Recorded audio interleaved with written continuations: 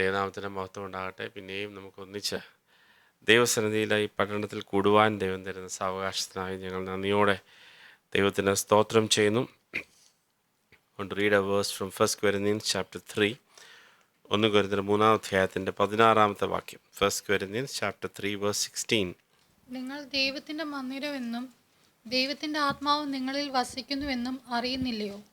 നിങ്ങൾ ദൈവത്തിൻ്റെ മന്ദിരമെന്നും ദൈവത്തിൻ്റെ ആത്മാവ് നിങ്ങളിൽ വസിക്കുന്നു എന്നും അറിയുന്നില്ലയോ? വളരെ വലിയൊരു പ്രോമിസാണ്. ശരിക്കും പറഞ്ഞു കഴിഞ്ഞാൽ യഹോവയുടെ ടെമ്പിൾ എന്ന് പറയുന്ന, ദൈവത്തിൻ്റെ ആലയം എന്ന് പറയുന്ന പഴയ നിയമത്തിൽക്ക് നമ്മൾ കാണുന്ന ആ യഹോവയുടെ ടെമ്പിളൊക്കെ നശിക്കപ്പെട്ടതിന് ശേഷം പിന്നീട് പുതിയ നിയമത്തിലോട്ട് വന്നപ്പോഴത്തേക്കും ഇപ്പോൾ ടെമ്പിൾ എന്ന് പറയുന്നത്, യഹോവയുടെ ആലയം എന്ന് പറയുന്നത് ഏതാണ്? നമ്മൾ ഓരോരുത്തരുമാണ് യഹോവയുടെ ആലയം എന്ന് പറയുന്നത്. നമ്മളാകുന്ന യഹോവയുടെ ആലയത്തിൽ ദൈവം എന്താണ് പകർന്നിരിക്കുന്നത്? ദൈവത്തിൻ്റെ പരിശുദ്ധാത്മാവ്, യഹോവയുടെ പരിശുദ്ധാത്മാവ്, ദൈവത്തിൻ്റെ പരിശുദ്ധാത്മാവ്. The spirit of the Lord dwells in you. ദൈവത്തിൻ്റെ പരിശുദ്ധാത്മാവ് നമ്മളുടെ ഓരോരുത്തരുടെയും ഹൃദയങ്ങളിൽ പകർന്നിരിക്കുന്നു എന്ന് നമ്മൾ വായിക്കുന്നു. ഒരു കാര്യം നമുക്കറിയാം, നമ്മൾ പ്രത്യേകിച്ച് നമ്മൾ സമുദായത്തിലൊക്കെ ആയിരുന്നൊരു സമയത്ത് പലപ്പോഴും നമ്മൾ കേട്ട് കാണും, പിതാവിനും പുത്രനും പരിശുദ്ധാത്മാവിനും സ്തുതി. എല്ലാ പ്രാർത്ഥനയും തുടങ്ങുന്നത് ഇങ്ങനെയാണ്, പിതാവിനും പുത്രനും പരിശുദ്ധാത്മാവിനും സ്തുതി എന്ന് പറഞ്ഞാണ് പ്രാർത്ഥന തുടങ്ങുന്നത്. അവിടെ ആയിരുന്നപ്പോൾ നമുക്ക് ഈ പരിശുദ്ധാത്മാവിനെ കുറിച്ച് അങ്ങനെ കൂടുതലായിട്ട് അറിയുകയൊന്നുമില്ല. നമുക്ക് പിതാവും പുത്രനും പരിശുദ്ധാത്മാവും ആ ഒരു തത്വത്തിൻ്റെ ആ 3 ഘടന അങ്ങനെ പൊയ്ക്കൊണ്ടിരിക്കുന്നു. അതൊരു എക്സ്ട്രീം. അത് കഴിഞ്ഞതിന് ശേഷം പെന്തക്കോസ്റ്റൽ എക്സ്പീരിയൻസിലോട്ട് വന്നു കഴിയുമ്പോഴത്തേക്കും we go to the other side. അവിടെ നമ്മൾ കാണുന്നത് എന്നാന്ന് വെച്ച് കഴിഞ്ഞാൽ, നമുക്കൊരു ഈ മാജിക് വാൻഡ് അല്ലെന്നുണ്ടെങ്കിൽ നമുക്ക് ഈ മജീഷ്യൻ്റെ കയ്യിലിരിക്കുന്ന ഒരു വടി പോലെ എന്ത് ചെയ്താലും പരിശുദ്ധാത്മാവ് വന്നു കഴിയുമ്പോൾ എന്ത് ചെയ്താലും അത് നടക്കും, അല്ലേ? അങ്ങനെ ഒരു ചിത്രമായിരിക്കും നമ്മുടെ മനസ്സിലുണ്ടാകുന്നത്. സോ നമ്മൾ പ്രാർത്ഥിക്കുമ്പോഴൊക്കെ കർത്താവേ എന്നെ അതുപോലെ ഒരു ലെവലിലോട്ട് ആക്കണമേ എന്നുള്ളൊരു ചിന്തയായിരിക്കും നമ്മുടെ മനസ്സിൽ എപ്പോഴും ഉണ്ടാകുന്നത്. നമ്മൾ പ്രാർത്ഥിക്കുന്ന കാര്യത്തിൽ അല്ലെങ്കിൽ നമ്മൾ ചെയ്യുന്ന കാര്യത്തിലൊക്കെ ഇത്. അപ്പം ഒരു സൈഡിൽ വളരെ പാസീവായിട്ട് പരിശുദ്ധാത്മാവ് ആരാണ് എന്നതിനെക്കുറിച്ചൊന്നും വലിയ കാര്യമായിട്ടുള്ള ചിന്തയൊന്നുമില്ല. പിതാവും പുത്രനും പരിശുദ്ധാത്മാവ് എന്നുള്ള നിലയിൽ മാത്രമായിട്ട് അങ്ങനെ നമ്മളൊരു എല്ലാ ചൊലത്തിൻ്റെ ഭാഗമായിട്ട് അത് പോകുമ്പോൾ, മറ്റേ സൈഡിൽ വളരെ എന്താ പറയുക, നമ്മുടെ ഹൃദയത്തിലുള്ള ചിന്ത ഒരു മജീഷ്യനെ പോലെ എല്ലാ കാര്യങ്ങളും കാര്യങ്ങളും നടക്കുന്നത്. പക്ഷേ എന്നാൽ ഈ കാലഘട്ടത്തിൽ നമ്മുടെ ഹൃദയത്തിനകത്തുള്ള ഉണ്ടാകേണ്ട ഒരു ചിന്ത എന്ന് പറയുന്നത്, എന്താണ് ദൈവത്തിൻ്റെ വചനത്തിൽ നമ്മളെക്കുറിച്ച് ദൈവത്തിൻ്റെ പരിശുദ്ധാത്മാവിൽ നമുക്ക് ലഭിക്കുന്നത്, പരിശുദ്ധാത്മാവ് എന്താണ് നമ്മുടെ ജീവിതത്തിൽ ചെയ്യുന്നത് എന്നുള്ള കാര്യത്തെക്കുറിച്ച് വ്യക്തമായ ഒരു ഐഡിയ നമുക്കുണ്ടായിരിക്കണം. ഇല്ലെങ്കിൽ നമ്മളുടെ ചിന്ത ഈ കാണിക്കുന്ന എല്ലാ കാര്യത്തിനും നമ്മൾ എന്ത് തന്നെ പറയും, പരിശുദ്ധാത്മാവാണ് എന്ന് നമ്മൾ പറയും. കാരണം അങ്ങേ എക്സ്ട്രീമിൽ ഇതെല്ലാം നടക്കുമല്ലോ. അപ്പം എന്ന് നമ്മളത് പറയും, ഇതെല്ലാം പരിശുദ്ധാത്മാവിൻ്റെ പ്രവൃത്തിയാണെന്ന് പറയും. അപ്പം ഈ ദിവസങ്ങളിൽ ദൈവമക്കളെ നമ്മളൊരു കാര്യം മനസ്സിലാക്കണം, ദൈവവചനത്തോട് നല്ല അടുത്ത ബന്ധം നമുക്കുണ്ടായിരിക്കണം. ദൈവവചനത്തോട് നല്ല അടുത്ത ബന്ധം ഉണ്ടായി. കാരണം ഒരുപാട് മീഡിയയിൽ നമ്മൾ ഒരുപാട് കാര്യങ്ങൾ കാണുന്നു, ഒരുപാട് കാര്യങ്ങളൊക്കെ പറയുന്നു. അപ്പോൾ ഇതൊക്കെ എന്തൊക്കെയാണ്, എവിടൊക്കെയാണ് എന്നുള്ള തിരിച്ചറിവ് നമ്മുടെ ഹൃദയങ്ങൾക്ക് നമുക്ക് എവിടെ നിന്നാണ് ടെസ്റ്റ് ചെയ്യാൻ പറ്റുന്നത്? ദൈവത്തിൻ്റെ വചനത്തിൽ നിന്നാണ് ടെസ്റ്റ് ചെയ്യാൻ പറ്റുന്നത്. ഇതൊക്കെ ഇങ്ങനെയൊക്കെ തന്നെയാണോ എന്നുള്ളൊരു കാര്യം.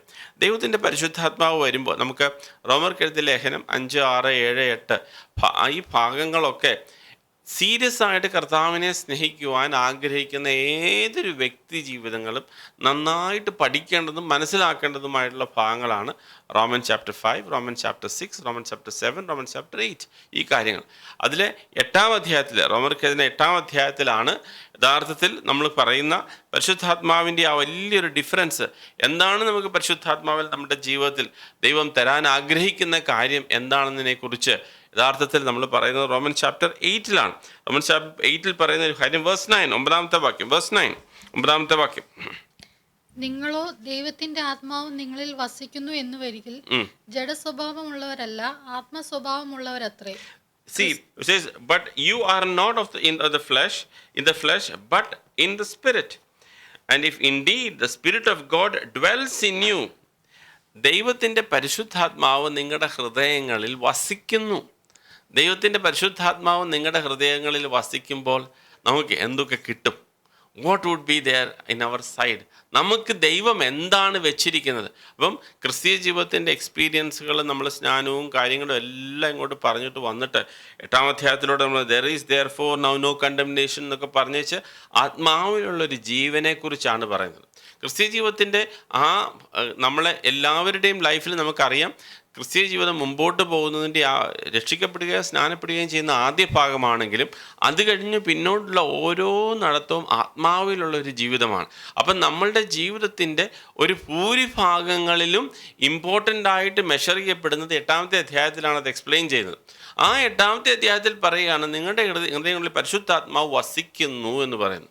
ആ പരിശുദ്ധാത്മാവ് നമ്മുടെ ഹൃദയങ്ങളിൽ വസിക്കുമ്പോൾ കർത്താവ് അപ്പോസ്തലൻ പറയുന്നൊരു കാര്യം 10-11 വാക്യത്തിൽ ചില പ്രോമിസുകൾ അദ്ദേഹം 8-ാം അധ്യായത്തിൽ പറയുന്നു. അത് വേഗത്തിൽ ഒന്ന് നോക്കാം.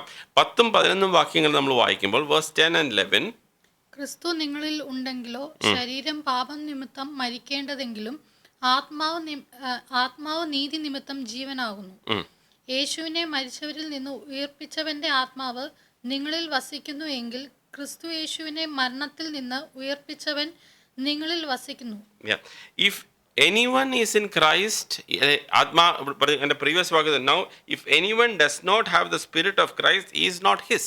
അപ്പം ദൈവത്തിൻ്റെ പരിശുദ്ധാത്മാവ് വീണ്ടും ജനിച്ച എല്ലാവരുടെയും ഹൃദയത്തിൻ്റെ ഉള്ളിലുള്ള കാര്യമാണ് ദൈവത്തിൻ്റെ പരിശുദ്ധാത്മാവ്. പരിശുദ്ധാത്മാവ് ഇല്ല എങ്കിൽ we are not belonging to him. അങ്ങനെ പരിശുദ്ധാത്മാവ് നമ്മുടെ ഹൃദയത്തിലുള്ള ഏതൊരു വ്യക്തിയുടെയും ജീവിതത്തിൽ അവിടെ പറയാണ്, എങ്ങനെ ക്രിസ്തുയേശുവിനെ ഉയർപ്പിച്ചതുപോലെ നമ്മളെയും ഉയർപ്പിക്കും. അപ്പം നമ്മുടെ ഹൃദയങ്ങളുടെ ഉള്ളിൽ മരണഭീതിയുടെ ആവശ്യം നമുക്കില്ല. പലപ്പോഴും മരണം ഒരു യാഥാർത്ഥ്യമാണ്. നമ്മൾ എന്ത് പറഞ്ഞെന്ന് പറഞ്ഞാലും ഫിസിക്കൽ ഡെത്ത് ഒരു യാഥാർത്ഥ്യമാണ്. ആ യാഥാർത്ഥ്യത്തെ ഒന്നുകിൽ കർത്താവിൻ്റെ വരവ് അല്ലെങ്കിൽ ഫിസിക്കൽ ഡെത്ത്, ഈ രണ്ടിൽ ഏതെങ്കിലും ഒന്നിനെ നമ്മൾ ഫേസ് ചെയ്തേ പറ്റത്തുള്ളൂ. അപ്പോൾ ഈ മരണം എന്ന യാഥാർത്ഥ്യത്തിലോട്ട് അടുത്ത് വരുമ്പോഴും നമ്മളൊരു കാര്യം മനസ്സിലാക്കണം, കർത്താവിൻ്റെ മക്കളെന്ന് അഭിമാനിക്കുന്ന നമ്മളെ സംബന്ധിച്ചിടത്തോളം നമുക്ക് എന്ത് പറയാനായിട്ട് പറ്റും? ക്രിസ്തുയേശുവിനെ പരിശുദ്ധാത്മാവ് ഉയർപ്പിച്ചതുപോലെ എൻ്റെ മർത്യശരീരത്തിൽ നിന്ന് എന്നെയും കർത്താവ് ഉയർപ്പിക്കും എന്ന് പറഞ്ഞു കഴിഞ്ഞാൽ എനിക്ക് ഈ ലോകത്തിൽ മരണം ഉണ്ടാകത്തില്ല എന്നല്ല എൻ്റെ അർത്ഥം കർത്താവ് എന്നെ നിത്യജീവനിൽ കർത്താവിൻ്റെ കൂടെ എന്നെ സൂക്ഷിക്കുമെന്നുള്ള വാക്യം. ആ വാക്യം ഒന്നുകൂടെ വായിച്ചു നോക്കിയാൽ 11-ാമത്തെ വാക്യം, if the spirit of him who raised Jesus from the dead dwells in you, he who raised Christ Jesus from the dead will also give life to your mortal bodies through his spirit who dwells in you. 11-ാമത്തെ വാക്യം, യേശുവിനെ മരിച്ചവരിൽ നിന്ന് ഉയർപ്പിച്ചവന്റെ ആത്മാവ് നിങ്ങളിൽ വസിക്കുന്നു എങ്കിൽ ക്രിസ്തു യേശുവിനെ മരണത്തിൽ നിന്ന് ഉയർപ്പിച്ചവൻ നിങ്ങളിൽ വസിക്കുന്ന തന്റെ ആത്മാവിനെ കൊണ്ട് നിങ്ങളുടെ മർത്യശരീരങ്ങളെയും ജീവിപ്പിക്കും. അപ്പം നമ്മുടെ മർത്യശരീരങ്ങളെന്ന് പറയുമ്പോൾ നമുക്കിങ്ങനെ പറയാം, കർത്താവായ യേശു ക്രിസ്തു ഞാൻ മരിച്ചു എന്ന് പറഞ്ഞാലും എനിക്ക് ഒരു നിത്യജീവൻ്റെ അവകാശമാക്കി തീർക്കും. സോ ആ ജീവനെക്കുറിച്ച് കർത്താവ് വാഗ്ദത്തം ചെയ്യുന്ന കാര്യങ്ങളെക്കുറിച്ച്. അപ്പോൾ പരിശുദ്ധാത്മാവ് നമ്മുടെ ഹൃദയത്തിൽ ഉണ്ടാകുന്നത് കൊണ്ട് ക്രിസ്തുയേശുവിനെ എങ്ങനെ ആ ഉയർപ്പിങ്ങിലേക്ക് നടത്തിയോ അതുപോലെയുള്ളൊരു ജീവനിലേക്ക് എന്നെയും കർത്താവ് നടത്തുമെന്ന് പറയുന്നു. Praise God, hallelujah. ഇനി അടുത്തത് പറയുന്നത് ഈ 12-ാമത്തെ വാക്യം, therefore we are 12-13. ആകയാൽ സഹോദരന്മാരെ, നാം ജഡത്തെ അനുസരിച്ച് ജീവിക്കേണ്ടതിന് ജഡത്തിനല്ല കടക്കാരാവുന്നത്. നിങ്ങൾ ജഡത്തെ അനുസരിച്ച് ജീവിക്കുന്നുവെങ്കിൽ മരിക്കും നിശ്ചയം. ആത്മാവിനാൽ ശരീരത്തിന്റെ പ്രവൃത്തികളെ മരിപ്പിക്കുന്നുവെങ്കിലോ നിങ്ങൾ ജീവിക്കും. അപ്പം ഇവിടെ പറയുകയാണ്, ജീവനും മരണം കർത്താവായ യേശു ക്രിസ്തുവിൽ വീണ്ടും ജനിച്ച ദൈവമക്കളെ സംബന്ധിച്ചിടത്തോളം ഒന്നുകിൽ നമുക്ക് ജഡപ്രകാരം ഇനി മുമ്പോട്ട് തന്നെ പൊയ്ക്കൊണ്ടേയിരിക്കാം. ജഡത്തിൻ്റെതായിട്ടുള്ള ഓരോ പ്രവൃത്തികളും നമുക്ക് ചെയ്തുകൊണ്ടേയിരിക്കാം. അങ്ങനെയാണെങ്കിൽ എന്തായിരിക്കും അതിൻ്റെ ഭവിഷ്യത്തുണ്ടാകുക? എന്തായിരിക്കും? 12-ാമത്തെ വാക്യം, ആകയാൽ സഹോദരന്മാരെ, നാം ജഡത്തെ അനുസരിച്ച് ജീവിക്കേണ്ടതിന് ജഡത്തിനല്ല കടക്കാരാവുന്നത്. നിങ്ങൾ ജഡത്തെ അനുസരിച്ച് ജീവിക്കുന്നുവെങ്കിൽ മരിക്കും നിശ്ചയം. ജഡത്തെ അനുസരിച്ച് ജീവിച്ചാൽ എന്ത് ചെയ്യും? മരിക്കും നിശ്ചയം. ഫിസിക്കൽ ഡെത്താണോ ഉദ്ദേശിക്കുന്നത്? അല്ല, ഫിസിക്കൽ ഡെത്ത് അല്ല. ഫിസിക്കൽ ഡെത്ത് എന്തായാലും ഇതിപ്പോൾ ജഡത്തെ അനുസരിച്ച് ജീവിച്ചാലും ആത്മാവിനനുസരിച്ച് ജീവിച്ചാലും ഫിസിക്കൽ ഡെത്ത് ഒരു യാഥാർത്ഥ്യമാണ്. അതിനെക്കുറിച്ചല്ല ഇവിടെ പറയുന്നത്. അപ്പം ഞാൻ ജഡത്തെ അനുസരിച്ച് ജീവിച്ചുകൊണ്ടിരുന്നാൽ മരണം ഒരു യാഥാർത്ഥ്യമാണ്.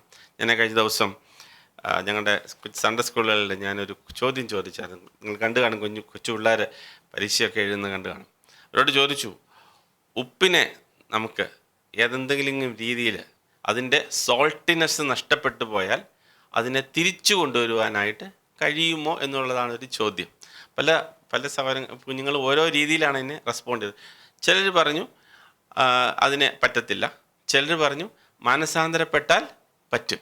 നമുക്കറിയാം, വാക്യം നമുക്കറിയാം, ഉപ്പിനെ യാതൊരു രീതിയിലും അതിനെ കർത്താവിൻ്റെ വചനം അനുസരിച്ച് യാതൊരു രീതിയിലും അതിനെ സോൾട്ടിനെസ് നമുക്ക് തിരിച്ചു കൊണ്ടുവരാൻ പറ്റുകയില്ല, അതിനെ പിന്നെ ചവിട്ടാനേ കൊള്ളുള്ളൂ എന്ന് മാത്യു ചാപ്റ്റർ 5 കോണ്ടെക്സ്റ്റിൽ അത് പറയുന്നത്. അപ്പം ആ കോണ്ടെക്സ്റ്റിൽ മനസ്സിലാക്കണം. അപ്പം നമ്മുടെ ജീവിതത്തിൽ മനസ്സിലാക്കണം, ജഡത്തെ അനുസരിച്ച് ജീവിച്ചുകൊണ്ടേയിരുന്നാൽ ദൈവവചനം പറഞ്ഞ് എന്തുണ്ടാവും? മരണമുണ്ടാവും. പക്ഷേ അതിനല്ല കർത്താവ് നമ്മളെ വിളിച്ചത്. കർത്താവ് നമ്മളെ വിളിച്ചത് ആത്മാവിനാൽ ജഡത്തിൻ്റെ പ്രവൃത്തികളെ മരിപ്പിക്കുന്നുവെങ്കിൽ നിങ്ങൾ ജീവിക്കും. അപ്പം ജീവൻ തന്ന കർത്താവിന് ഇന്നിപ്പോൾ നമ്മളോട് പറയുന്ന ഒരു കാര്യം, ആത്മാവിനെ അനുസരിച്ച് നടക്കണം. അപ്പം ഇപ്പോൾ ജീവൻ്റെ സമൃദ്ധിയിൽ നിൽക്കേണ്ടതിന് ദൈവത്തിൻ്റെ പരിശുദ്ധാത്മാവ് നമ്മളെ സഹായിക്കുകയാണ്. എന്തിനാണ് ദൈവത്തിൻ്റെ പരിശുദ്ധാത്മാവ് എനിക്ക് വേണ്ടി തന്നത്? ദൈവത്തിൻ്റെ ആലയമായിരിക്കുന്ന എന്നിലേക്ക് ദൈവത്തിൻ്റെ പരിശുദ്ധാത്മാവിനെ എന്തിനാണ് പകർന്നത് എന്ന് വെച്ചാൽ, ഇനിയും ജഡത്തിൻ്റെ പ്രവർത്തികളെ അല്ല, ഞാൻ ആത്മാവിനെ അനുസരിച്ച് നടക്കേണ്ടതിനത്രേ. അങ്ങനെ ഞാൻ ആത്മാവിനെ അനുസരിച്ച് നടക്കുമ്പോൾ എൻ്റെ ജീവിതത്തിൽ എന്തുണ്ടാവും? ജീവനുണ്ടാകും. Praise the Lord, hallelujah.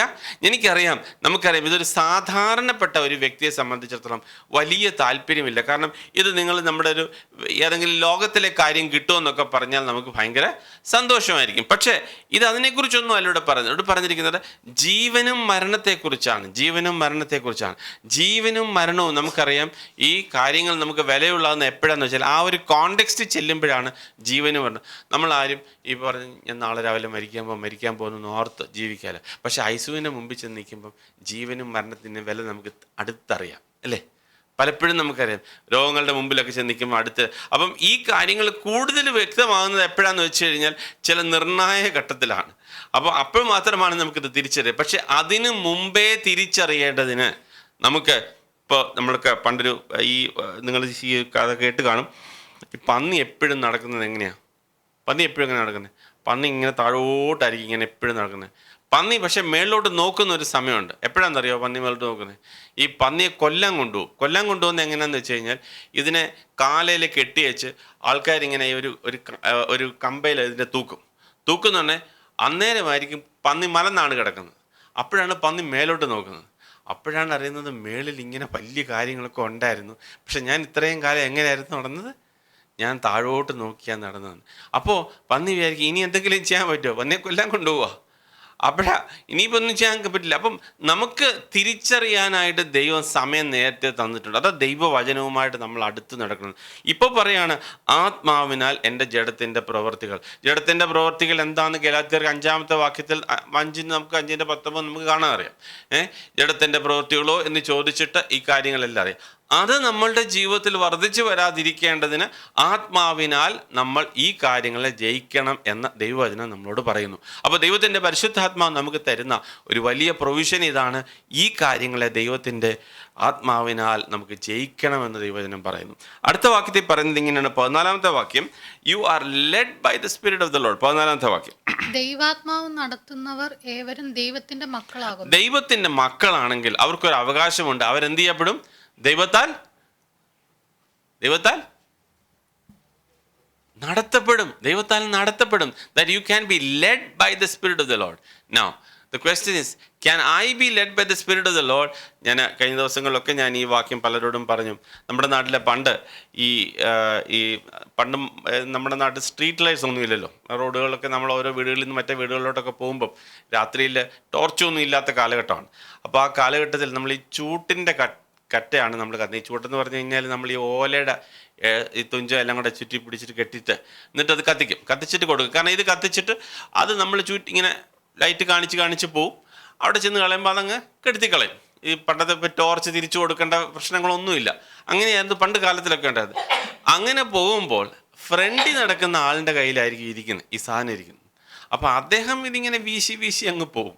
പക്ഷെ പുറകിൽ നടക്കുന്ന ആളുടെ കാര്യമാണ്. പ്രത്യേകിച്ച് നമ്മൾ സ്റ്റെപ്പൊക്കെ ഇറങ്ങി പോകേണ്ട വരുമ്പോഴുണ്ടല്ലോ വലിയ പാടാണ്. കാരണം ആൾ ഭയങ്കര സ്പീഡിലായിരിക്കും ഫ്രണ്ടിൽ പോകുന്നത്. കാരണം അദ്ദേഹത്തിൻ്റെ കയ്യിൽ ചൂട്ടിരിക്കുകയാണ്, അദ്ദേഹത്തിന് വെട്ടമുണ്ട്, അല്ലെങ്കിൽ ടോർച്ച് ലൈറ്റ് ഉണ്ട്. അദ്ദേഹത്തിന് പ്രശ്നമില്ല, അദ്ദേഹം ഫ്രണ്ടിൽ പോവുക. പുറകിൽ നടക്കുന്ന ആളിനെ സംബന്ധിച്ചിടത്തോളം നോക്കി നോക്കി വേണം പോകാൻ, അല്ലെങ്കിൽ എപ്പോഴാണെങ്കിലും അദ്ദേഹം താഴെ വീഴും. അനുഭവസ്ഥരാണെങ്കിൽ നിങ്ങൾക്ക് മനസ്സിലാവും. അതുപോലെ ദൈവം നമ്മളെക്കുറിച്ച് ആഗ്രഹിക്കുന്നത് we are led by somebody അല്ല, we are led by each one individually by the spirit of the Lord. മനസ്സിലാവുന്നുണ്ടല്ലോ എന്ന് പറഞ്ഞാൽ എനിക്ക് വ്യക്തിപരമായി ദൈവത്തിൻ്റെ പരിശുദ്ധാത്മാവിനാൽ നടത്തപ്പെടുവാനുള്ള കേപ്പബിലിറ്റി കർത്താവ് നമുക്ക് തരിക എന്ന് പറഞ്ഞാൽ വ്യക്തിപരമായ ഓരോരുത്തരുടെ കയ്യിലും ഒരു ടോർച്ച് കാണും. അങ്ങനെയാണ് പിന്നെ പേടിക്കണ്ടല്ലോ. അവന് തെറ്റുന്നെന്ന് തോന്നുമ്പം താഴോട്ട് അടിച്ചു നോക്കിയാൽ മതി, കല്ലാണോ കുഴിയാണോ എന്നുള്ളത് നോക്കിയാൽ മതി. So if you are led by the spirit of the Lord, these are the sons of God. അപ്പം ദൈവം നമുക്കൊരു പ്രൊവിഷൻ തരികയാണ്, to be led by the Holy Spirit. ദൈവത്തിൻ്റെ പരിശുദ്ധാത്മാവിനാൽ നടത്തപ്പെടുവാൻ ആയിട്ടുള്ളൊരു പ്രൊവിഷൻ നമുക്ക് തരിക. Not by somebody else's light. We can always refer to somebody, പക്ഷേ ദാറ്റ് ഇസ് എ സെക്കൻഡറി. ദൈവം നമുക്ക് തന്നിരിക്കുന്ന പരിശുദ്ധാത്മാവ് എന്തിനാണ്? To look at your way. നിങ്ങൾ നടക്കുന്ന വഴി ശരിയാണോ ഇല്ലയോ എന്ന് ചോദിച്ച് വേറൊരാളല്ല നിങ്ങളുടെ ജീവിതത്തിൽ കൺഫേം ചെയ്യേണ്ടത്. Primary confirmation is you yourself with the Holy Spirit. എൻ്റെ കൂടെ ഉണ്ടോ എല്ലാവരും? ഇതെല്ലാവരുടെയും ബൈബിളിനകത്തുള്ളതാണല്ലോ അല്ലേ? It is very easy to say, brother you pray for me and tell me what should I do. സഹോദര, അല്ലെങ്കിൽ എനിക്ക് വേണ്ടി ആരെങ്കിലും പ്രാർത്ഥിച്ചിട്ട് എന്നോട് നാളെ എന്താ ചെയ്യണമെന്ന് പറയുന്നത് ഭയങ്കര എളുപ്പമാണ്. കാരണം എനിക്ക് പ്രാർത്ഥിക്കേണ്ട, എനിക്ക് ആത്മാവിനനുസരിച്ച് നടക്കണ്ട എന്ന്. ആൻഡ് ഇൻ എനി റീസൺ ആ പറഞ്ഞത് അങ്ങോട്ടോ ഇങ്ങോട്ടോ തിരിഞ്ഞു പോയിട്ടുണ്ടെങ്കിൽ ആളുമായിട്ടുള്ള ബന്ധവും തീരും. എൻ്റെ കൂടെയൊക്കെ ഉണ്ടല്ലോ ഈ പറയുമ്പോൾ എല്ലാം എൻ്റെ കൂടെ. അപ്പോൾ ദൈവത്തിൻ്റെ പരിശുദ്ധാത്മാവ് അവിടെ എഴുതിയിരിക്കുന്നു, you are led by the spirit of God. ദൈവത്തിൻ്റെ പരിശുദ്ധാത്മാവിനാൽ നടത്തപ്പെടും. കാരണം നിങ്ങൾക്കറിയാം, കാലം കഴിഞ്ഞ് വരുമ്പോൾ എപ്പോഴെങ്കിലും പറയാം അവിടെ ക്രിസ്തു ഇവിടെ ക്രിസ്തു, അവിടെ ക്രിസ്തു ഉണ്ട് ഇവിടെ ക്രിസ്തു ഉണ്ട്, അങ്ങനെ പലരും അവിടെ അത്ഭുതം ഇവിടെ അത്ഭുതം. നിങ്ങൾ എന്തോ ചെയ്യും? ആരോട് ചോദിക്കും? ഇതാണോ ക്രിസ്തു അതാണോ ക്രിസ്തു? ആരോട് ചോദിക്കും? ആരുമില്ലാത്തൊരു കാലഘട്ടം വന്നാൽ നിങ്ങൾ എന്ത് ചെയ്യപ്പെടും? അപ്പോൾ ദൈവം നമ്മളോട് പറയുന്ന ഒരു കാര്യം, ദൈവത്തിൻ്റെ പരിശുദ്ധാത്മാവിനാൽ ഗൈഡ് ചെയ്യപ്പെടുന്ന ഓരോ വ്യക്തി ജീവിതങ്ങൾ. നമുക്ക് വ്യക്തിപരമായി പരിശുദ്ധാത്മാവുമായി നല്ല ബന്ധമുണ്ടായിരിക്കണം. I know what my Lord is talking to me about. എന്തിനെക്കുറിച്ചാണ് കർത്താവ് എന്നോട് പറയുന്നതിനെക്കുറിച്ചുള്ള വ്യക്തമായ ബന്ധം എനിക്കുണ്ടായിരിക്കണം. അത് കഴിഞ്ഞിട്ട് വേറെ ആരും എന്തെന്ന് എന്നോട് പറയട്ടെ, that is A secondary part of it. എനിക്ക് വ്യക്തിപരം. അപ്പം ആ ഒരു പ്രിവിലേജാണ് ദൈവത്തിൻ്റെ പരിശുദ്ധാത്മാവൻ നമുക്ക് തരുന്നത്. ഇനി എന്താ നമുക്ക് പറ്റുന്നത്? 14-ാമത്തെ വാക്യം, വേഴ്സ് 14, 15-ാമത്തെ വാക്യം. നിങ്ങൾ പിന്നെയും ഭയപ്പെടേണ്ടതിന് ദാസ്യത്വത്തിന്റെ ആത്മാവിനെ അല്ല, നാം അബ്ബാ പിതാവേ എന്ന് വിളിക്കുന്ന പുത്രത്വത്തിന്റെ ആത്മാവിനെ അത്രേ പ്രാപിച്ചത്. We don't have to be afraid. നമുക്ക് പേടിക്കേണ്ട ആവശ്യമില്ല. We don't have to be afraid. പേടിക്കാനായിട്ട് ഒരു ദാസ്യത്വത്തിൻ്റെ ആത്മാവിനെ അല്ല. ആരുടെ ദാസ്യം? പിശാചിൻ്റെ അടിമത്തത്തിന് കീഴി വരുന്ന ഒരു അനുഭവത്തെക്കുറിച്ചല്ല ദൈവത്തിൻ്റെ പരിശുദ്ധാത്മാവ് നമുക്ക് തന്നിരിക്കുന്നത്. God has given us a spirit which is not to be afraid about. നമുക്ക് വ്യക്തിപരമായ ഭയമായിക്കൊള്ളട്ടെ, ഭാവിയുടെ ഭയമായിക്കൊള്ളട്ടെ, ഇനിയും ലോകത്തിലെ ഏതൊരു വിഷയവുമായിക്കൊള്ളട്ടെ. എന്താണ് അതിൻ്റെ കാരണം? അതിൻ്റെ അടുത്ത ഭാഗം പറഞ്ഞിരിക്കുന്നു, because we have a heavenly father by which we call him Abba Father. അബ്ബാ പിതാവേ എന്ന് വിളിച്ച് ഓടി ചെല്ലാൻ കഴിയുന്ന ഒരു ദൈവ സാന്നിധ്യം എനിക്കുണ്ട്, നമുക്കെല്ലാവർക്കും ഉണ്ട്. ദൈവത്തിൻ്റെ പരിശുദ്ധാത്മാവുള്ള എല്ലാവർക്കും ഉള്ളൊരു കാര്യം, പേടിക്കാനായിട്ടുള്ളൊരു കാര്യമില്ല. നമ്മുടെ ജീവിതത്തിൽ ഒത്തിരി ഭയങ്ങളുണ്ടാവാം, ഒത്തിരി ഭയങ്ങൾ. എൻ്റെ ജീവിതത്തിൽ അത് സംഭവിക്കുമോ, എൻ്റെ ജീവിതത്തിൽ ഇത് സംഭവിക്കുമോ, അങ്ങനെ എൻ്റെ കുഞ്ഞുങ്ങൾക്ക് അത് സംഭവിക്കുമോ, എൻ്റെ ഭാവി അങ്ങനെ ആയിത്തീരുമോ, ഒത്തിരി ഭയങ്ങളുണ്ട്. നിങ്ങൾക്ക് ദൈവവചനം വിശ്വസിക്കുവാൻ മനസ്സുണ്ടെങ്കിൽ കർത്താവ്, God has not given us a spirit to be afraid about. ദൈവം നമുക്ക് തന്നിരിക്കുന്നത് ആ സ്പിരിറ്റ്, പരിശുദ്ധാത്മാവ് നമുക്ക് തന്നിരിക്കുന്ന അബ്ബാ പിതാവേ എന്ന് വിളിച്ച ഏതൊരു സാഹചര്യത്തിലും ആ അപ്പൻ്റെ സന്നിധിയിലോട്ട് കടന്നു ചെല്ലുവാനുള്ള വലിയ പ്രോമിസാണ് നമുക്ക് തന്നിരിക്കുന്നത്. Praise the Lord. എന്നാൽ പിന്നെ അടുത്ത വാക്യത്തിൽ എന്താ എഴുതിയിരിക്കുന്നത്? By whom we cry out about father, he says by you receive the spirit of adoption. എന്താ എന്ന് പറയുന്നത്? പുത്രത്വത്തിൻ്റെ ആ ആത്മാവെന്ന് പറയുമ്പോഴത്തേക്കും ആ വാക്യം ഒന്നുകൂടെ വായിച്ചേ. നിങ്ങൾ പിന്നെയും ഭയപ്പെടേണ്ടതിന് ദാസ്യത്തിന്റെ ആത്മാവിനെ അല്ല, നാം അബ്ബാ പിതാവേ എന്ന് വിളിക്കുന്ന പുത്രത്വത്തിന്റെ ആത്മാവിനെ അത്രേ പ്രാപിച്ചത്. കാരണം നിങ്ങൾക്കറിയാമല്ലോ, നമ്മുടെ വീട്ടിൽ ഈ ഭാഗം വെക്കുക എന്ന് പറഞ്ഞാൽ, പ്രത്യേകിച്ചും പ്രായമൊക്കെ ആയി കഴിയുമ്പം അപ്പൻ്റെ സ്വത്ത് they will divide it into multiple people. മൂത്ത മോനിത്ര, ഇളയ മോനിത്ര അതൊക്കെ തിരിക്കും.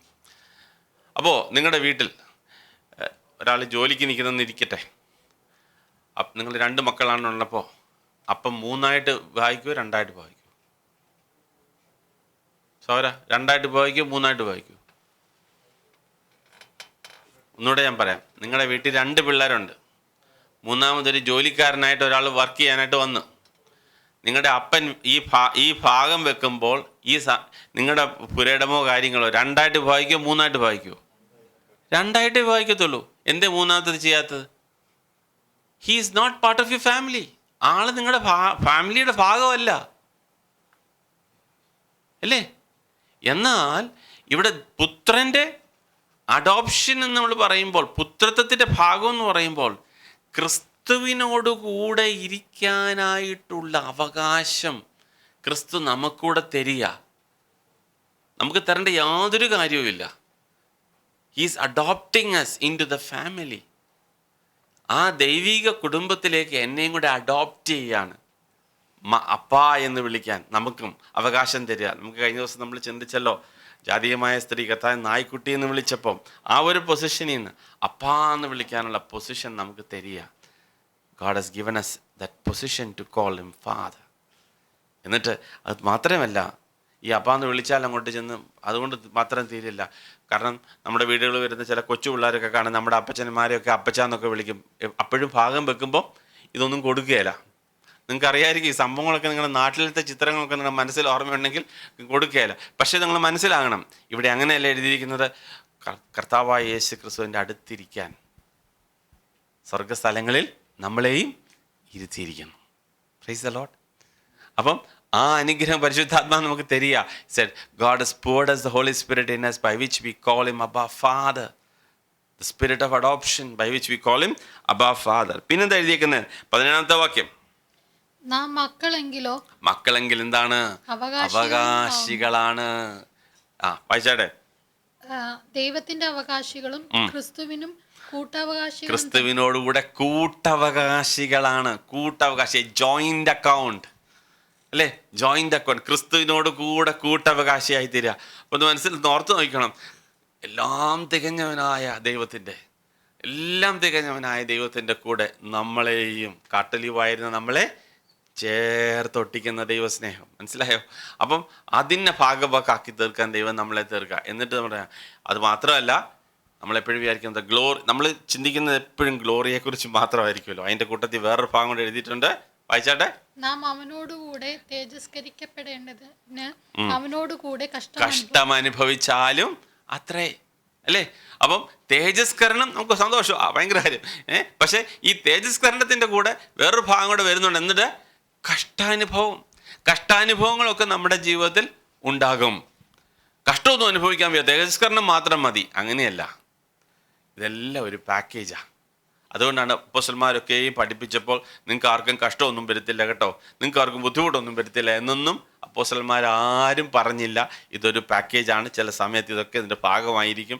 എന്നാൽ അതിനോടുകൂടെ കഷ്ടം അനുഭവിക്കുമ്പോൾ അതിനോടുകൂടെ തേജസ്വീകരിക്കുകയും കർത്താവ് അതിൻ്റെ ഭാഗമാക്കി തരുന്നു. എന്നിട്ട് അദ്ദേഹം അടുത്ത വാക്യത്തിൽ പറയുന്നു, ഈ ലോകത്തിലെ കഷ്ടം വരുവാൻ ദൈവം തരാൻ ഇരിക്കുന്ന കാര്യം ഓർക്കുമ്പം സാരമില്ല, ഇതൊന്നും അല്പവും വിലയില്ലാത്ത. അടുത്ത വാക്യം, 12ാമത്തെ വാക്യം, വേഴ്സ് 18. നമ്മിൽ വെളിപ്പെടുവാനുള്ള തേജസ് വിചാരിച്ചാൽ ഈ കാലത്തിലെ കഷ്ടങ്ങൾ സാരമില്ല എന്ന് ഞാൻ എണ്ണുന്നു. ഇനി വെളിപ്പെടുവാനുള്ള ആ ഗ്ലോറി നോക്കുമ്പോൾ ഈ ലോകത്തിലെ കഷ്ടങ്ങൾ, ഈ ലോകത്തിലെ പ്രയാസങ്ങൾ ഒന്നും സാരമില്ല. Don't think that. മനസ്സിലാക്കണം, നമ്മളിത് എഴുതുന്ന കാലഘട്ടമല്ല, നമ്മളീ പറയുന്ന കാലഘട്ടമല്ല, ഇത് എഴുതുന്ന കാലഘട്ടം.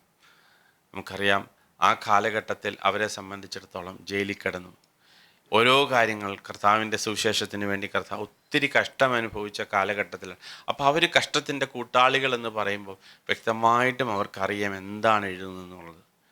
ആ ഒരു സാഹചര്യത്തിലും ഇത് വാലിഡാണ്. അപ്പോൾ അന്നേരം അപ്പോസ്തലൻ പറയുകയാണ്, ഒരു കാര്യം ഓർക്കണം, നമ്മളെല്ലാവരും ഒരു ദിവസത്തിന് വേണ്ടി നോക്കി പാർക്കുന്നു. എന്താണ് ഒരു ദിവസത്തിന് വേണ്ടി നോക്കി പറയുന്നത്? നമുക്കൊരു പ്രത്യാശയുണ്ട്. നമ്മളെല്ലാ വെള്ളിയാഴ്ചയും ഇതുപോലെ കൂടുകയല്ല. കർത്താവിൻ്റെ വരോ അല്ലെങ്കിൽ ഒരു വീണ്ടെടുപ്പ് നമുക്കുണ്ട്. എല്ലാ ആഴ്ചകളിലും ഇങ്ങനെ സഭകൾ എല്ലായിടത്തും ഇങ്ങനെ കൂടിക്കൊണ്ടേയിരിക്കുകയല്ല. നമുക്ക് ആ വാക്യം ഒന്ന് വായിക്കാം. 23-ാമത്തെ വാക്യം, വേഴ്സ് 23. സർവസൃഷ്ടിയും ഇന്ന് വരെ ഒരുപോലെ ഞരങ്ങി ഈറ്റുനോവോടുകൂടിയിരിക്കുന്നു എന്ന് നാം അറിയുന്നുവല്ലോ. ആത്മാവെന്ന ആദ്യദാനം ലഭിച്ചിരിക്കുന്ന നാമും നമ്മുടെ ശരീരത്തിന്റെ വീണ്ടെടുപ്പായ പുത്രത്വത്തിന് കാത്തുകൊണ്ട് ഉള്ളിൽ ഞരങ്ങുന്നു. ഇവിടെ പറഞ്ഞിരിക്കുന്നു, ആത്മാവ് ഒരു ഞരക്കമുണ്ട്, നമ്മുടെ ഹൃദയത്തിലൊരു കരച്ചിലുണ്ട്. ഞാൻ പലപ്പോഴും ചോദിക്കാറുള്ള ചോദ്യം ഇതാണല്ലോ, നമ്മൾ എന്തിനു വേണ്ടിയാണ് കരയുന്നത്? Are we crying for something which is not happening in your earthly things? ലോകത്തിലെ ഒരു കാര്യം നടക്കുന്നില്ല എന്നുള്ളതാണോ എൻ്റെ കരച്ചിൽ? അതോ എൻ്റെ കർത്താവേ നിൻ്റെ വരവ് അടുത്തിരിക്കുന്നു. There is a redemption of the whole creation. ദൈവം ഉണ്ടാക്കിയ എല്ലാ സൃഷ്ടിയും ഇപ്പോൾ ഒരു കാലഘട്ടത്തിലേക്ക് ദൈവം അങ്ങനെ വെച്ചിരിക്കുന്നു. പക്ഷെ അത് കഴിഞ്ഞതിന് ശേഷം കർത്താവ് ഒരു വീണ്ടെടുപ്പുണ്ട്. അപ്പോൾ ആ വീണ്ടെടുപ്പിന് പ്രത്യാശയോടെ നമ്മൾ നോക്കി പാർക്കണം എന്ന് പറയുന്നു. പ്രത്യാശയോടെ, ആ വേർഡ് അവിടെ യൂസ് ചെയ്തിരിക്കുന്ന with perseverance. Let's see that verse. വായിച്ചിരിക്കുന്ന വാക്യം 25-ാമത്തെ വാക്യം, we hope what we do not see, we eagerly wait for it with perseverance. 25-ാമത്തെ വാക്യം, നാം കാണാത്തതിനായി പ്രത്യാശിക്കുന്നു എങ്കിലോ അതിനായി ക്ഷമയോടെ കാത്തിരിക്കുന്നു. അപ്പം ദൈവത്തിൻ്റെ പരിശുദ്ധാത്മാവ് നമ്മളെ ഈ ക്ഷമയോടെ കാത്തിരിക്കുവാൻ ഇവിടെ പ്രിസർവ് ചെയ്യുന്ന ഒരാത്മാവാണ്. മനസ്സിലായോ? ദൈവത്തിൻ്റെ പരിശുദ്ധാത്മാവ് മനസ്സിലാക്കണം, നമ്മളെ ജീവിപ്പിക്കുമെന്ന് പറഞ്ഞു. ജീവിപ്പിച്ച് കഴിഞ്ഞതിന് ശേഷം പിന്നെ ഇങ്ങോട്ട് താഴ്ത്തു വന്നപ്പോൾ പറയുകയാണ്, കർത്താവിന് വേണ്ടി ജഡത്തിൻ്റെ പ്രവൃത്തികളെയല്ല ആത്മാവിനെ അനുസരിച്ച് നടക്കണമെന്ന് പറഞ്ഞു. ആത്മാവിനെ അനുസരിച്ച് നടക്കണമെന്ന് പറഞ്ഞേച്ച് ഇങ്ങോട്ട് താഴ്ത്തു വന്നപ്പോൾ പറയുക, നിങ്ങൾക്കിനി ദാസത്തിൻ്റെ ആത്മാവിനെ അല്ല തന്നത്, പുത്രനെ പോലെ നിങ്ങളെ ആക്കി അബ്ബാപിതാവേ എന്ന് വിളിക്കാൻ പറ്റും. അത് മാത്രമല്ല, നിങ്ങൾ ക്രിസ്തുവിൻ്റെ കൂടെ കൂട്ടവകാശികളാണ്. ഈ ക്രിസ്തുവിനോട് കൂട്ടവകാശികളാകുമ്പോൾ കഷ്ടം ഇതിനകത്തുണ്ടാവും. എന്നാലും ഈ കഷ്ടം സാരമില്ല, അല്പനേരത്തേക്ക് കാണും ഈ ലോകത്തിലെ കഷ്ടം.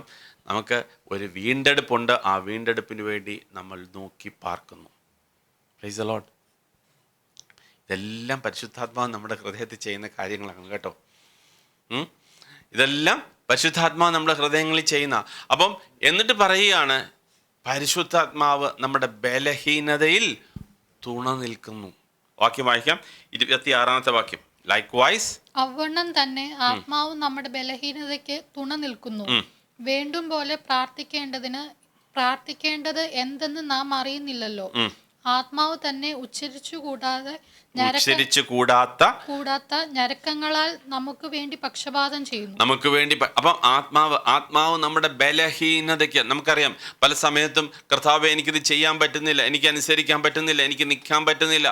പല സാഹചര്യങ്ങളും നമ്മുടെ ജീവിതത്തിൽ വന്നെന്നിരിക്കാം. നമ്മുടെ മനസ്സിൻ്റെ ഉള്ളിൽ എനിക്ക് പ്രാർത്ഥിക്കണമെന്നുണ്ട്, പക്ഷേ പ്രാർത്ഥിക്കാൻ ഒരു വാക്ക് പോലും പുറത്തു വരുന്നില്ല.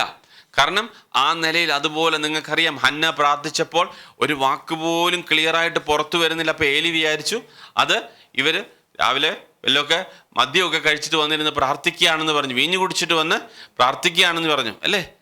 പക്ഷേ നമ്മുടെ ജീവിതത്തിലും അതുപോലത്തെ ചില സാഹചര്യങ്ങളൊക്കെ കടന്നു പോകും. കർത്താവെ എന്താണ് പ്രാർത്ഥിക്കേണ്ടത്, എങ്ങനെയാണ് പ്രാർത്ഥിക്കേണ്ടത് എന്ന് പോലും അറിയാൻ വയ്യാത്ത സാഹചര്യങ്ങളിൽ അപ്പോഴും ദൈവത്തിൻ്റെ പരിശുദ്ധാത്മാവോടെ ഇരിക്കുന്നത്, likewise in your weakness the Holy Spirit comes to help you. ദൈവത്തിൻ്റെ പരിശുദ്ധാത്മാവ് നിങ്ങളെ സഹായിക്കാനായി കടന്നു വരുന്നു. അവർ നിങ്ങൾക്ക് വേണ്ടി ഇടിവിൽ നിൽക്കുന്നു. Price the Lord.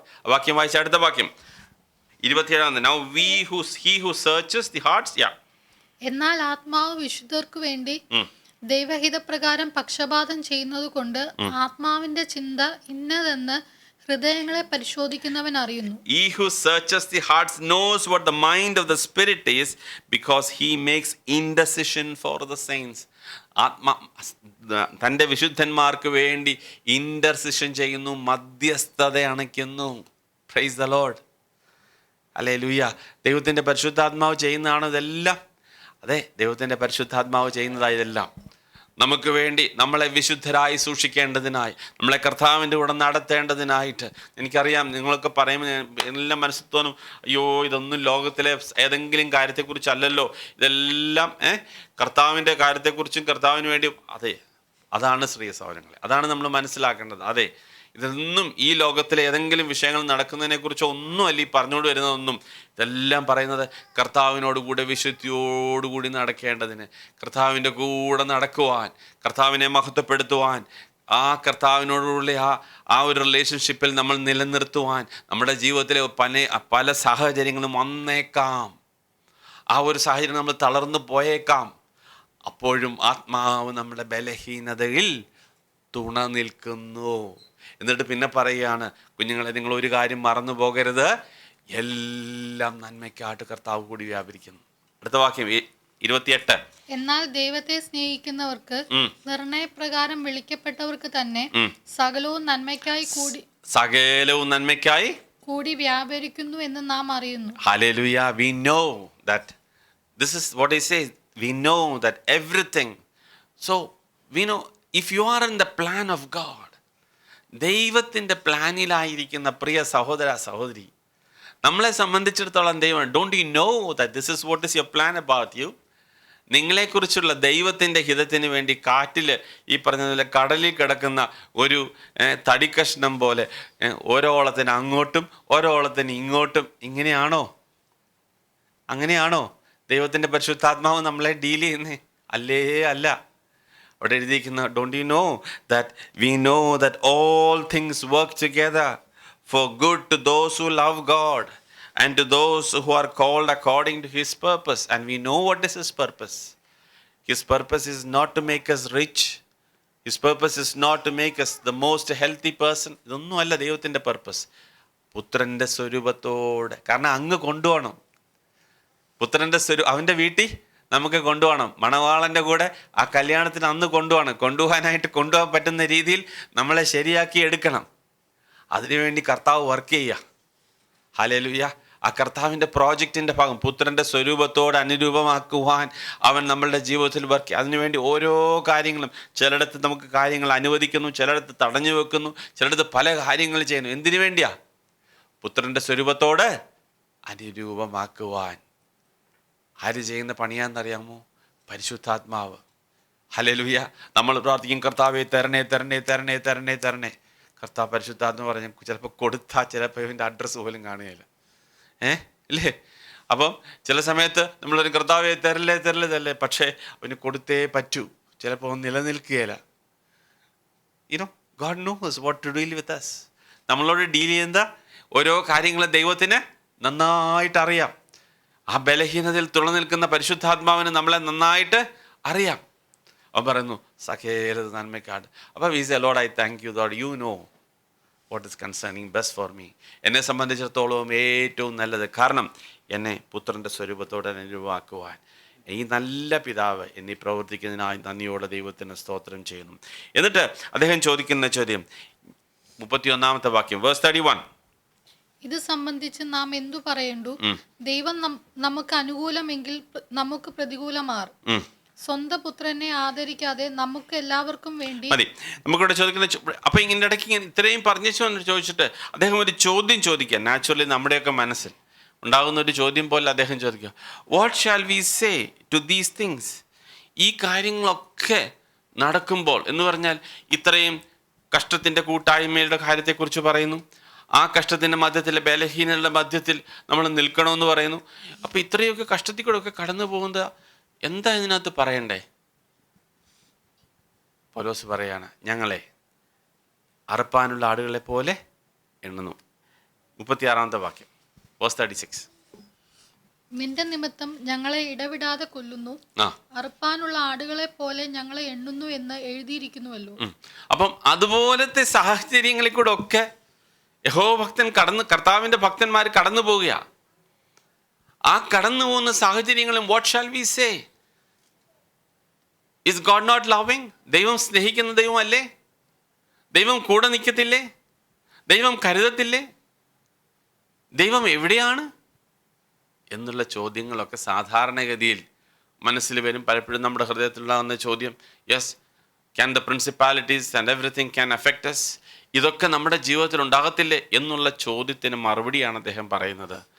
ഞാൻ ഒരു കാര്യത്തിൽ ഉറച്ചിരിക്കുന്നു, ഇൻ ഓൾ ദീസ് തിങ്സ്, ഈ കാര്യത്തിലൊക്കെയും ഏത് തന്നെ സാഹചര്യത്തിൽ കൂടെ നമ്മൾ കടന്നു പോകേണ്ട വന്നാലും, അദ്ദേഹം പറയുന്ന ആ സ്റ്റേറ്റ്മെന്റ് നോക്കിയേ, 37-ാമത്തെ വാക്യം, at in all these things, നാമോ നമ്മെ സ്നേഹിച്ചവൻ മുഖാന്തരം ഇതിലൊക്കെയും പൂർണ്ണ ജയം പ്രാപിക്കുന്നു. ഹല്ലേലൂയ. നമ്മെ സ്നേഹിക്കുന്ന ഒരു കർത്താവുണ്ട്. നമ്മെ സ്നേഹിക്കുന്ന ഒരു കർത്താവുണ്ട്. കർത്താവായ യേശു ക്രിസ്തു പരിശുദ്ധാത്മാവ് നമ്മുടെ ഈ മൺകൂടാരത്തിൽ പകർന്നു തന്നത് നമ്മളെ തകർത്ത് കളയാനല്ല, നമ്മളെ പണിയാൻ വേണ്ടിയാണ്. കർത്താവിൻ്റെ ബലഹീനതയെ തുണ നിൽക്കുന്ന ദൈവം നമുക്ക് ഇൻ്റർസീഡ് ചെയ്ത് നമ്മളെ പണിതോട് വരിക. Price the Lord. നമ്മൾ ഓടിപ്പോകാനും നിർത്തിപ്പോകാനും ഒക്കെ പലപ്പോഴും തീരുമാനിച്ചപ്പോഴൊക്കെ കർത്താവ് പിന്നെയും നമ്മളെ കൈക്ക് പിടിച്ച് പിന്നെയും ഉത്സാഹിപ്പിക്കുന്ന ദൈവത്തിൻ്റെ വലിയ സ്നേഹമാണ്. എന്നിട്ട് അദ്ദേഹം പറഞ്ഞിരിക്കുന്നത് ഇങ്ങനെയാണ്, yet in all these things we are more than conquerors. Hallelujah. Conqueror എന്നുള്ള വേർഡ് നമുക്കറിയാം. കോൺകറർ എന്നുള്ള വേർഡ് റോമ സാമ്രാജ്യം നിലനിൽക്കുമ്പോൾ they used to be conquerors. They used to conquer everywhere, every place they go. അവർ പോകുന്നിടത്തെല്ലാം ജയിക്കുന്ന ചക്രവർത്തിമാരായിരുന്നു. എന്നാൽ പരിശുദ്ധാത്മാവിനാൽ നടത്തപ്പെടുന്ന നമ്മളെക്കുറിച്ച് പറഞ്ഞത് we are more than conquerors. അങ്ങനെ ജയിക്കുന്ന ചക്രവർത്തിമാരെ കാട്ടിലും മേളിലാണ് അപ്പോസ്തലനായ പൗലോസ് പറയുന്നത് ക്രിസ്തുയേശുവിൻ്റെ സ്നേഹത്തിൽ നിലനിൽക്കുന്ന ദൈവഭക്തൻ. എന്നിട്ട് അദ്ദേഹം പറയുകയാണ്, എന്ത് കാര്യമാണ് എന്നെ ദൈവത്തിൻ്റെ സ്നേഹത്തിൽ നിന്നും മാറ്റി നിർത്തുന്നത്? അടുത്ത വാക്യം, മരണത്തിനോ ജീവനോ ദൂതന്മാർക്കോ വാഴ്ചകൾക്കോ അധികാരങ്ങൾക്കോ ഇപ്പോഴുള്ളതിനോ വരുവാനുള്ളതിനോ ഉയരത്തിനോ ആഴത്തിനോ മറ്റ് യാതൊരു സൃഷ്ടിക്കോ നമ്മുടെ കർത്താവായ യേശുക്രിസ്തുവിലുള്ള ദൈവസ്നേഹത്തിൽ നിന്ന് നമ്മെ വേർപിരിക്കുവാൻ കഴിയുകയില്ല എന്ന് ഞാൻ ഉറച്ചിരിക്കുന്നു.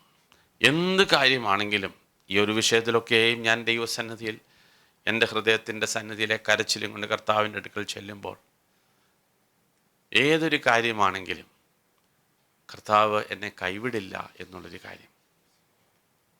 പ്രിയ സഹോദരങ്ങളെ, നിങ്ങളിതൊക്കെ കേട്ട് കഴിഞ്ഞപ്പോൾ എന്താ? This is the plan the Lord puts out to every Christian. ഞാൻ പറഞ്ഞു, നമുക്ക് 5, 6, 7 ഒക്കെ ഒരു പക്ഷേ നമ്മൾ വായിച്ചു കാണുമായിരിക്കും.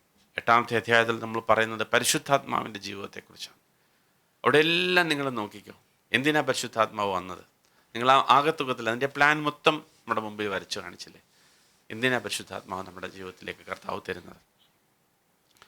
അന്ന് കർത്താവിനെ ഉയർപ്പിച്ചതുപോലെ അവൻ്റെ കൂടെ ഇരിക്കുന്നൊരു ദിവസമുണ്ട്. അവിടെ കൊണ്ടുപോകാനായിട്ടാണ്.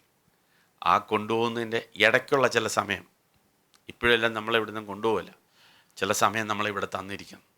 ആ സമയത്ത് നമ്മൾ എങ്ങനെയായിരിക്കണം, എങ്ങനെ നിൽക്കും, ബലഹീനതയിൽ എങ്ങനെ നിൽക്കും എന്നറിയാൻ വയ്യാതിരുന്ന ചില സാഹചര്യങ്ങളിൽ പോലും ദൈവത്തിൻ്റെ പരിശുദ്ധാത്മാവിന് നമ്മളെ തന്നെ ഏൽപ്പിച്ചു കൊടുക്കുന്നുവെങ്കിൽ, ജഡത്തിന് ഏൽപ്പിച്ചു കൊടുക്കാതെ ആത്മാവിനെ അനുസരിക്കുവാൻ ഏൽപ്പിച്ചു കൊടുക്കുന്നുവെങ്കിൽ, പ്രിയ സഹോദരങ്ങളെ, നമ്മളുടെ ജീവിതത്തിൽ ദൈവം ആഗ്രഹിക്കുന്നത് പോലെ ദൈവത്തിൻ്റെ പുത്രത്വത്തിൻ്റെ സ്വഭാവത്തിനനുസരിച്ചുള്ള ഒരു ജീവിതം നമ്മളുടെ ജീവിതത്തിൽ സംഭവിക്കും. When you are becoming a blessing personally, you will be a blessing to your family. അബ്രഹാമിനോട് പറഞ്ഞു, അബ്രഹാമിൽ കൂടെ അബ്രഹാമിൻ്റെ സന്തതികളും ഒക്കെ അനുഗ്രഹിക്കപ്പെടാൻ പോവുക. When we become a blessing like that, ദൈവികമായ ബ്ലെസ്സിങ്ങിനെ കുറിച്ചാണ് ഞാനീ പറഞ്ഞത്. Not talking about earthly abundance or something like that. അതല്ല പുതിയ നിയമത്തിലെ മെഷർ ഓഫ് ബ്ലെസ്സിങ്. തെറ്റിദ്ധരിക്കരുത്. ദൈവികമായ ഒരു ബ്ലെസ്സിങ് നമ്മുടെ ജീവിതത്തിൽ ദൈവം തരുന്നു. ആ ബ്ലെസ്സിങ്ങിൻ്റെ ഭാഗമായിട്ട് ദൈവം തരുമ്പോൾ കർത്താവ് നമ്മളോട് പറയാണ്, yes, you will be a blessing to your generations. നിങ്ങളുടെ കുടുംബത്തിലെ എല്ലാവർക്കും നിങ്ങളൊരു ബ്ലെസ്സിങ് ആയിരിക്കും. നിങ്ങളായിരിക്കുന്ന സഭയിൽ നിങ്ങളൊരു ബ്ലെസ്സിങ് ആയിരിക്കും. എന്തുകൊണ്ടെന്നാൽ നിങ്ങൾ ആത്മാവിനെ അനുസരിച്ച് നടക്കുന്നവരാണ്. Praise the Lord. ആൻഡ് നിങ്ങൾക്ക് ഇതും അറിയാമായിരിക്കും, ഉപ്പുകടലെല്ലാം അവിടെ ചെല്ലുന്നിടത്തെല്ലാം എന്തായിത്തീരും? പഥ്യമായി തീരും. വായിച്ചിട്ടുണ്ടോ എസെക്കിയേലിലെ ഭാഗം? ഈ ഉപ്പ്, ഈ വെള്ളം ഒഴുകി ചെല്ലുന്ന ആ ചെന്ന് ചേരുന്നിടത്ത്, ഈ വെള്ളം ചെല്ലുന്നിടത്തെല്ലാം പഥ്യമായി തീരും. പലയിടത്തും ജീവനില്ലാത്തിടത്തൊക്കെയും ചലിക്കുന്ന പ്രാണികളൊക്കെയും ജീവൻ പ്രാപിക്കുന്ന ഒരു കാര്യം. നമ്മുടെ ജീവിതത്തിൽ കർത്താവിനോട്, കർത്താവേ help me to walk with this way. ദൈവത്തിൻ്റെ പരിശുദ്ധാത്മാവ് നമ്മുടെ ജീവിതത്തിൽ തന്നത് ഇങ്ങനെ ഒരു അബണ്ടൻ്റ് ലൈഫിനെ കുറിച്ചാണ്. ദൈവം നമ്മളെ ധാരാളം സഹായിക്കട്ടെ. ആമേൻ.